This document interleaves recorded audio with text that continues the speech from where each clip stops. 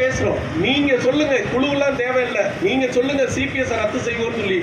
அம்மையார் சொன்ன வாக்குறுதியை நீங்க நிறைவேற்றுங்கன்னு மறுபடியும் நாங்க ஆர்கியூ பண்ணிக்கிட்டே இருக்கோம். அவரு அதுக்கு மேல பேசாதீங்கன்றத முடிவு கொண்டு வர்றாரு. உடனே ஒரு 3-4 பேர் தான் அங்கனுக்குள்ள, நானும் சகோதரரு குழுவரு ஒரு 4-5 பேர் மொத்தமே அவ்வளவுதான்.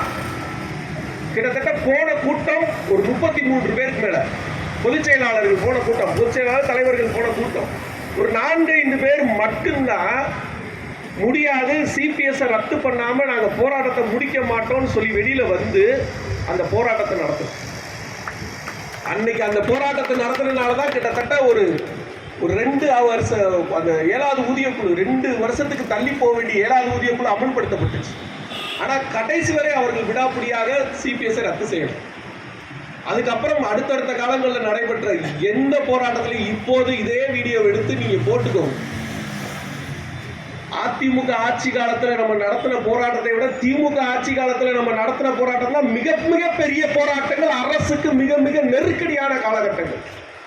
ஒரு நாள் கூட ஒரு போன் பண்ணி போராட்டத்தை நிறுத்துங்கன்னு சொன்னது கிடையாது, அதை தடுத்ததும் கிடையாது, தவறான செய்தியை வெளியிட்டதும் கிடையாது.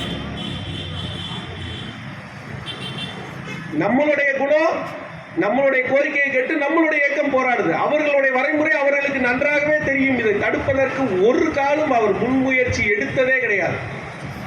ஆனா தொடக்க கல்வித்துறை சங்கங்கள் என்று சொல்கின்ற நீங்கள், திரும்பவும் சொல்றேன், தொடக்க கல்வித்துறை சங்கங்கள் என்று சொல்கின்ற நீங்கள், இடைநிலை ஆசிரியரை அடிப்படை வைத்து நீங்கள் செய்கின்ற காரியமும் அமைச்சர் வெளியே வந்து சொல்றாரு, இடைநிலை ஆசிரியர்கள் போராடும் இடைநிலை ஆசிரியர்களுக்கு ஊதிய முரண்பாட்டை சரி செய்தால் நாங்கள் 1 லட்சம் பேரை திரட்டி கொண்டு வருவோம்னு ஒரு அமைப்பு வந்து சொல்றாங்கன்னு. நீங்கள் பள்ளி கல்வித்துறை முதன்மை செயலாளரிடம் பேசினீர்களா இல்லையா?